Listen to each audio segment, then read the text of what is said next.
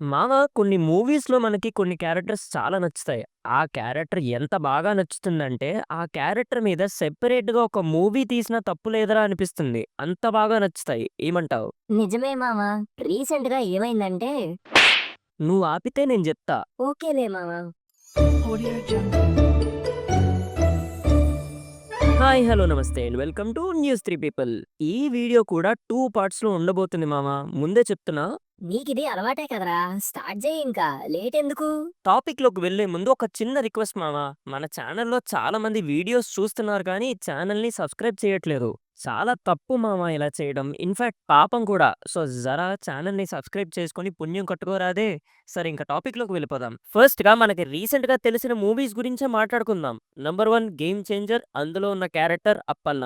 Game changer cinema మొత్తంలో కొన్నే positive points ఉన్నాయి. అందులో మెయిన్ పాజిటివ్ ఏంటంటే అప్పన్న గారి క్యారెక్టర్. ఆ క్యారెక్టర్ ఉన్నంత సేపు ఇట్స్ హ్యాపెనింగ్. చాలా మంచి మూవీ చూస్తున్నాం అనే ఫీల్ వస్తుంది మనకి. అండ్ ఆ రోల్‌లో రామ్ చరణ్ గారి పెర్ఫార్మన్స్ గురించైతే ఇంక చెప్పక్కర్లేదు. మనం మూవీ మొత్తానికి ఒక 20% కనెక్ట్ అయితే అప్పన్న క్యారెక్టర్‌కి 80% కనెక్ట్ అవుతాం.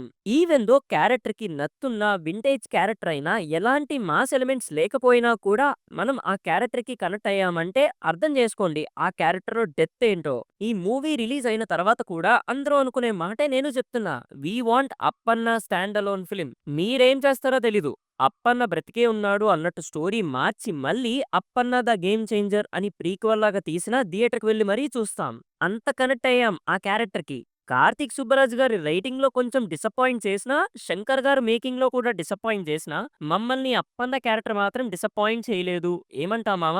అవును మామ. మెయిన్‌గా అప్పన్న చనిపోయే సీక్వెన్స్‌లో తడబాటు, ఇన్నోసెంట్‌గా బాధపడుతూ రామ్ చరణ్ గారు చేసిన పెర్ఫార్మన్స్‌కి ఏడుపు వచ్చేసింది మామ నాకు. ఊరుకో ఊరుకో ఎద్దులో ఉన్నావు బాధపడితే బాగోదు. సో, మన నంబర్ 2 వచ్చేసి 'Vikram'. Sir, yes sir, Rolex sir. Sir గురించే కదా మామ? హా! సార్ గురించే అండ్ ఇంకొక క్యారెక్టర్ కూడా ఉంది మామ. ఎవరు మామ? చెప్తా ఉండు. 'విక్రమ్' మూవీ అంతా ఒక ఎత్తయితే, ఆ పోస్ట్ క్రెడిట్ సీన్స్ ఉంటాయి జూడు, ఇంకో ఎత్తు మామ. సీరియస్‌గా చెప్తున్నా మామ, తప్పుగా అనుకోకండి. 'సూర్య' గారి ఓన్ మూవీ క్యారెక్టర్స్ కన్నా, 'విక్రమ్' మూవీలో క్యామియో క్యారెక్టర్, అదే రోలెక్స్ క్యారెక్టర్‌కి హైప్ ఎక్కువుంది మామ ఇప్పుడు. ఆ క్యారెక్టర్ క్రియేట్ చేసిన ఔరా అలాంటిది. అసలు ఒకటి కాదు. Kamal sir and Thalapathy and Karthi and Fahadh Faasil versus Suriya. అబ్బబ్బబ్బబ్బా! లోకేష్ కనగరాజు గారు మీ థాట్ ఇమాజిన్ చేసుకుంటే గూస్ బంప్స్ వస్తున్నాయండి. సో, ఆ క్యారెక్టర్‌కి వచ్చిన హైప్‌తో రోలెక్స్ స్టాండ్ అలోన్ మూవీ చెయ్యాలి అని ఫ్యాన్స్ అడగడం జరిగింది. అండ్ లోకేష్ గారు కన్ఫర్మ్ చేయడం కూడా జరిగింది. నేను చెప్తున్న ఇంకొక క్యారెక్టర్ ఏంటంటే అమర్. అదేనండి మన ఫావత్ ఫాసిల్ గారి క్యారెక్టర్. సబ్‌కాన్షియస్ మైండ్ అనే పదం వినే ఉంటారు కదా మీరు? ఏంట్రా ఏదేదో మాట్లాడుతున్నావు? నువ్వు ఉండ్రా. మామ 'విక్రమ్' మెయిన్ హీరో కమల్ హాసన్ గారు. బట్ స్టార్టింగ్ 10 మినిట్స్ మాత్రమే ఉంటారు. మధ్య మధ్యలో విజయ్ సేతుపతి గారు వచ్చి ఎంటర్‌టైన్ చేస్తూ వెళ్తూ ఉంటారు. బట్ మోస్ట్‌లీ ఫస్ట్ హాఫ్ మొత్తం మనం ఎక్కువ చూసేది అమర్ అనే క్యారెక్టర్‌నే. అప్పుడికి మనకి ఫస్ట్ హాఫ్ అంత కనెక్ట్ అయింది అంటే అది అమర్ అనే క్యారెక్టర్ వల్లే కదా! మనకి తెలియకుండానే మన సబ్‌కాన్షియస్ మైండ్‌లో అమర్ అనే క్యారెక్టర్‌కి మనం కనెక్ట్ అయ్యాం. అందుకే we enjoyed the first half of the movie. And తను మామూలు పోలీస్ కూడా కాదు. అసలు మీరు ప్రాపర్‌గా అబ్జర్వ్ చేస్తే విక్రమ్ కేస్‌ని చాలా డిఫరెంట్ అప్రోచ్‌తో డీల్ చేస్తాడు. అన్నీ ఇమాజిన్ చేసుకుంటూ, సాల్వ్ చేసుకుంటూ వస్తాడు అమర్. అండ్ ఇంటర్వెల్ బ్లాక్‌లో మాస్క్ తీసే వరకు ఆ మాస్క్ వెనక ఉన్నది కమల్ సారే అని మూవీలో ఏ క్యారెక్టర్‌కి తెలీదు. బట్ అమర్‌కొక్కడికే తెలుసు. Amar is not an easy guy and his love track is also good. So, అవి అండ్ తన ప్రీవియస్ మిషన్స్ అన్నట్టుగా స్టార్ట్ చేసి we can make a stand alone film for Amar. 'Vikram' movie స్టార్టింగ్‌లో అమర్ క్యారెక్టర్‌కి ఇచ్చే ఎలివేషన్స్ గుర్తుంటే మీరే అంటారు yes! He deserves a stand alone film అని. మన నెక్స్ట్ నంబర్ 3 'బిల్లా ఫ్రమ్ బిల్లా'. బిల్లా ఏంటి మామ? పిచ్చా నీకు? ఆల్రెడీ బిల్లా మీద మూవీ ఉంది గదా! ఒరేయ్ మామ! 'బిల్లా' మూవీలో బిల్లా అనే క్యారెక్టర్. మళ్ళీ విను 'బిల్లా' అనే క్యారెక్టర్ ఎంతసేపు ఉంటుందిరా? 40 మినిట్స్ ఉంటదేమోరా! మూవీ రన్ టైమ్ కాకుండా బిల్లా స్క్రీన్ టైమ్‌తో చెప్పు. 25-30 మినిట్స్ ఉంటదేమో మామ.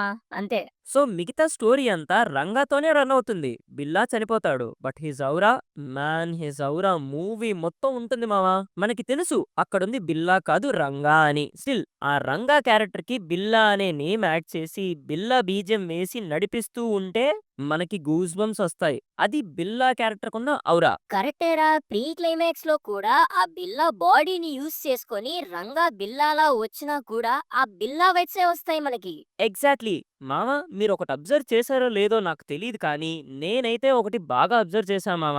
అదేంటంటే కృష్ణంరాజు గారు బిల్లా అండ్ తన గ్యాంగ్ గురించి పోలీసులకి చెప్తూ బిల్లా బిజినెస్ అండ్ టెరిటరీ గురించి ఎక్స్‌ప్లెయిన్ చేస్తారు. తనని ఎలాగైనా పట్టుకోవాలని చెప్తారు. బట్ తర్వాత తన కొలీగ్‌తో బిల్లా గురించి కొన్ని మాటలంటారు మామ. బిల్లా అంటే నాకిష్టం.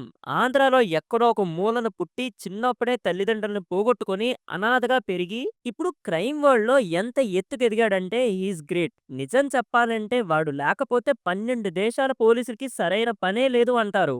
And here is our movie story. Billa rice చూడొచ్చు మనం ఈ డైలాగ్స్‌లో. ఈ ప్లాట్ తీసుకొని అసలు బిల్లా అంత పెద్ద డాన్‌గా ఎలా మారాడు అనే స్టోరీ వస్తే అబ్బబ్బబ్బబ్బా! ఊహిస్తేనే గూస్ బంప్స్ మామ. బిల్లా మూవీలో కొన్ని సీన్స్ ఉంటాయి మామ. కృష్ణంరాజు గారు ఎక్స్‌ప్లెయిన్ చేస్తున్నప్పుడు సిక్స్ ప్యాక్‌తో ప్రాక్టీస్ చేయడం, వైట్ అవుట్‌ఫిట్ ఏసుకొని ఆర్చరీ సీన్. అంతెందుకు మామ జస్ట్ స్విమ్మింగ్ పూల్‌లో అలా చేతులు చాపి రిలాక్స్ అవుతూ ఉంటాడు. ఇలా ప్రతి సీన్ బిల్లా వైబ్ ఏంటో చూపిస్తాయి. ఇలాంటి సీన్స్ మూవీ మొత్తం ఉంటే అరాచకమే ఇంకా.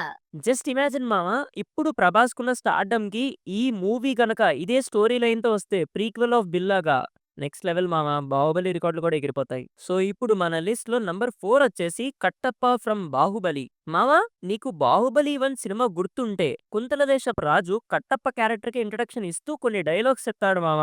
'కరికాల కట్టప్పనాడ మంచివాడే, సాయం చేయగల సత్తా ఉన్నవాడే కానీ చెయ్యడు.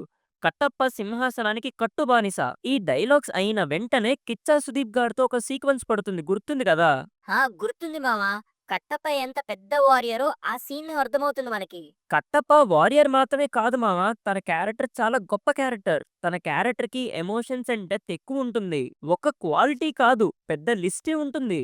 తరతరాలుగా వస్తున్న మాట కోసం సింహాసనానికి బానిసగా ఉండడం, బానిస అయినా కూడా రాజులపై ఎటువంటి కోపం లేకపోవడం, బాహుబలితో తనకున్న బాండింగ్, బాహుబలిపై తనకున్న ప్రేమ, తన వారియర్ నేచర్ ఇలా ఒకటి కాదు చాలానే క్వాలిటీస్ ఉన్నాయి మామ మన కట్టప్ప క్యారెక్టర్‌కి.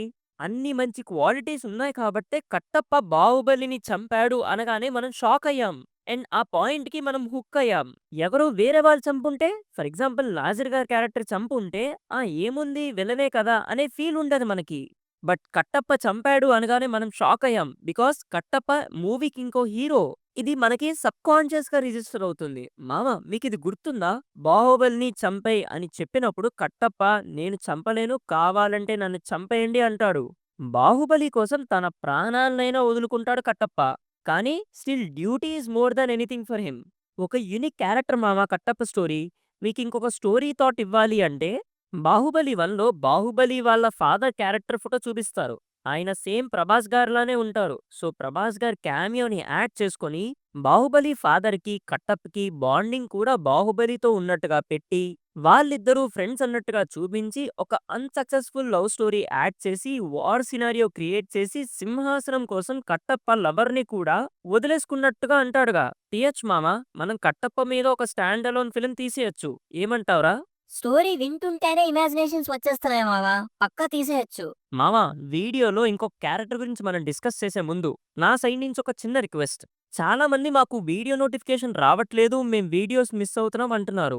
సో మీకు కొంచెం వర్రీ లేకుండా మన వాట్సాప్ ఛానల్ లింక్‌లో జాయిన్ అవ్వండి. ప్రతి movie update and video links అన్నీ కూడా మన వాట్సాప్‌లో పెడతాం. అండ్ మన వాట్సాప్ ఛానల్ లింక్ కింద డిస్క్రిప్షన్‌లో ఉంది వెళ్లి జాయిన్ అవ్వండి. సో మామ ఈ వీడియోలో లాస్ట్ క్యారెక్టర్ గురించి మాట్లాడుకునే ముందు ఈ లిస్ట్‌లో ఇంకా చాలా క్యారెక్టర్స్ యాడ్ చేయొచ్చని నా ఫీలింగ్. సో పార్ట్ 2 తొందరగా కావాలి అని మీకు అనిపిస్తే ఈ వీడియోకి ఒక మినిమమ్ 2,000 లైక్స్ కంప్లీట్ చేయండి. తప్పకుండా పార్ట్ 2తో మళ్ళీ మీ ముందుకొస్తా. సో మన లాస్ట్ క్యారెక్టర్ వచ్చేసి 'గాలి సీను ఫ్రమ్ గమ్యం'.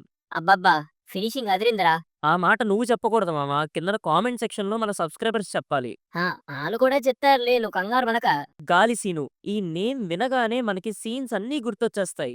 ఫస్ట్ ఇంట్రో షాట్ నుంచి లాస్ట్‌లో చనిపోయే వరకు మనం ఈ క్యారెక్టర్‌కి హుక్ అయి ఉంటాం. అప్పటి వరకు అల్లరి నరేష్ గారు ఈ యాంగిల్ ఆఫ్ యాక్టింగ్‌ని ఫస్ట్ టైం చూపించారు క్రిష్ గారు. 'గమ్యం' మూవీ చాలా నేచురల్‌గా ఉంటుంది. అందులో మన సీను క్యారెక్టర్ ఇంకా నేచురల్‌గా ఉంటుంది.